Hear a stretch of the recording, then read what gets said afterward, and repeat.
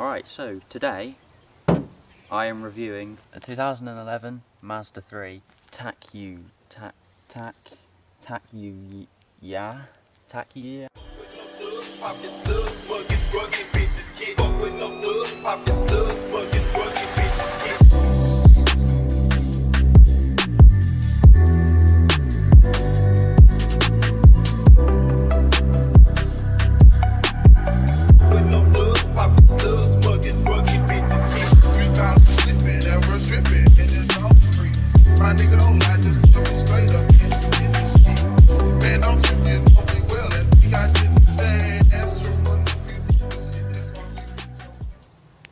With this review, I'm going to start on the exterior of the car, and I'm going to move into the interior and maybe even go under the engine.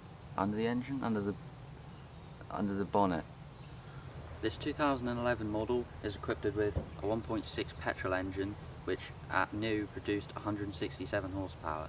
Starting at the front of the car, we have some very nice fog lights. They do work very well, and they are tinted yellow. Not from factory though, that's something I've done to this car. And from the front angle, it is a very happy looking car. You can see its nice smile just there. As on a lot of Japanese cars, the headlights are starting to fog over, but this is now 10 years old actually, so fair enough to it.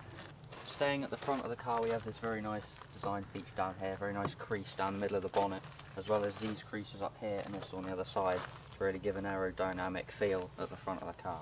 Staying in the theme of aerodynamics, the headlights come along and join up with the front wing very well. There's again another crease along here. These are intentional creases, by the way. Very nice. You can see it in the reflections just there. Moving on to the side of the car now, we have a very nice styling feature that comes up through the door handle. You may be able to see the difference in reflections there, and coming up to this back piece. And there's almost a little shelf here. You can see how rigid that is. Staying on the side of the car, we have these very nice side skirts. They do actually look aftermarket, although they are completely standard. As I'm down here, I'm going to point out that the Mazda 3 does come with alloy wheels all round, including the spare wheel as well. And they are 17-inch with a width of 205. It also does have a disc and caliper brakes all round, unlike some old cars that have drum brakes. I'll just show you at the front here as well. Moving around to the rear of the car now, we have this very nice but subtle rear spoiler just on the back windscreen here, which gives the car an overall sporting look. The crease from the side of the car also follows around into the rear lights as well, and they are also very suited to this car. On the back we have Mazda 3 as one badge, then we have the main Mazda badge in the middle, and then the Takuya badge just down there. Unlike other cars, this actually has a button to press and open the boot just like that. Down at the bottom of the bumper we have the red rear reflectors just here, as well as the exhaust tip as well. Looking into the rear window, we also have a third and centre rear brake light, which most modern cars do have now. I'm now going to jump in the car and talk about the overall atmosphere and tell you all the amazing features you can find inside.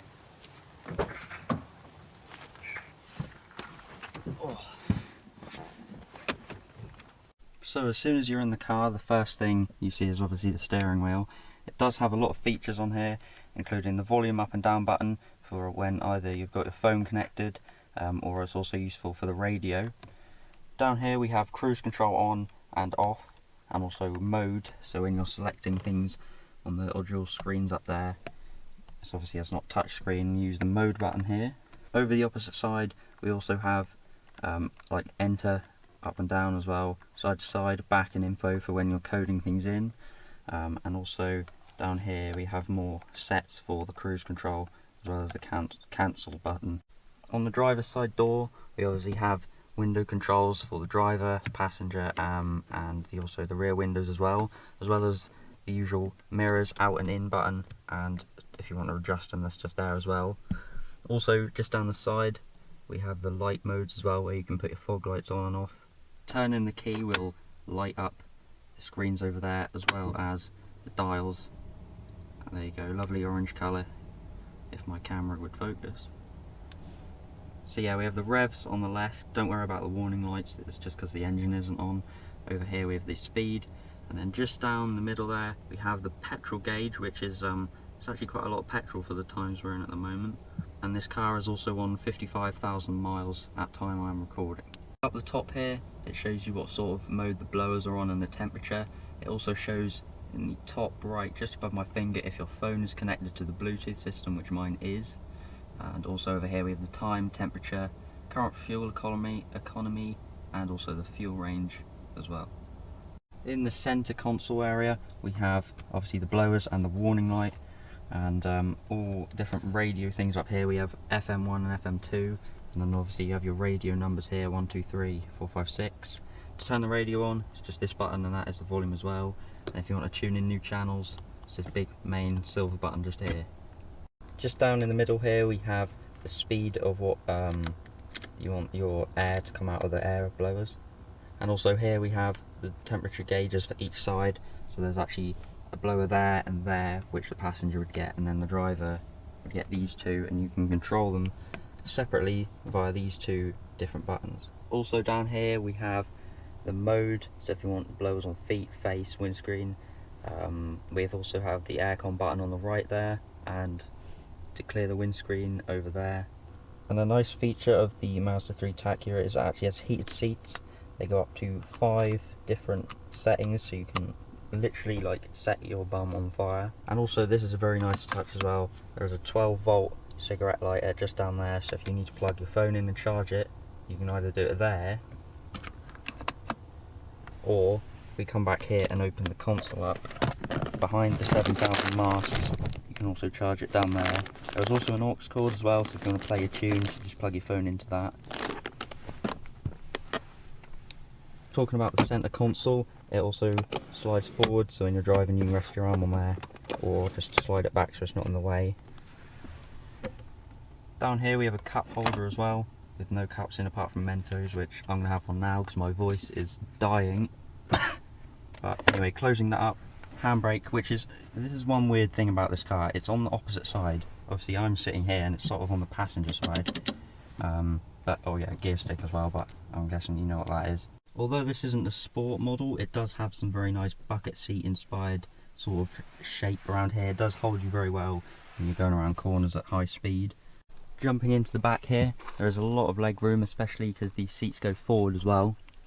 I do also want to point out you can get 3 people across here at a push, or more like 2.5 people. But there is also a very nice cup holder in the middle there, so if you're going on long journeys, which I do suggest doing in this car, it's very spacious. But yeah, if you're going on long journeys, there's also a cup holder there as you can see, but this is very nice, helpful, and you can lean on it.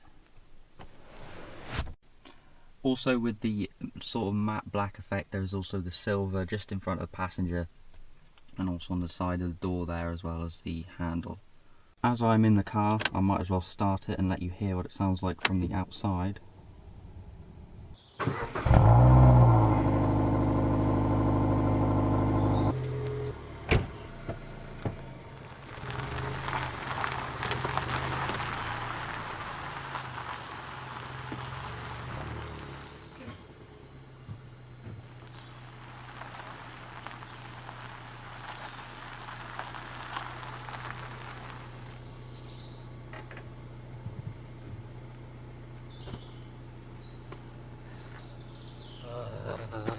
I would drive further, but obviously this isn't a road, and I can't drive on the road because I am 15.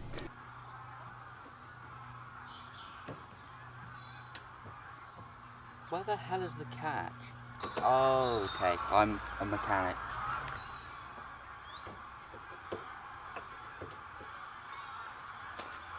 Okay, so coming underneath the bonnet, can you hear those geese, by the way? I hope I don't get killed by geese. So as I said earlier, this is a Mazda 16 valve VVI engine. There is no turbo, so it's not a VVTi, but yeah. A lot of plastic covers in this engine, as well as like every modern car ever, but still nice to see some components visible. Alternator. See, I'm a mechanic. I do just want to say quickly, these bolts down here had rusted. I did grease them like a month ago. But that's one thing to look out when you're buying, like, well, any car, but just around this battery case, or no, airbox case, sorry, and also on the strut tower there, a few things had rusted, but, I mean, you check for rust on every car, don't you? well, I think I'm going to end my mini review here. If you did enjoy and want more cars reviewed on this channel, because it's quite fun to do, although I don't really know what I'm talking about. I mean, I know what I'm talking about to do with other cars, but this is just a family car, although it does have some sporting aspects. So I do hope you can see the top of my head, so I'm very tall. Anyway, thank you very much for watching this video. If you didn't grasp from this, I didn't really take this very seriously. I'm not a proper car reviewer. But anyway, thank you for watching. I'm approaching 50 subscribers, so any help towards that would be greatly appreciated. Anyway, thanks for watching. I'll see you again soon. Goodbye. There's two S13.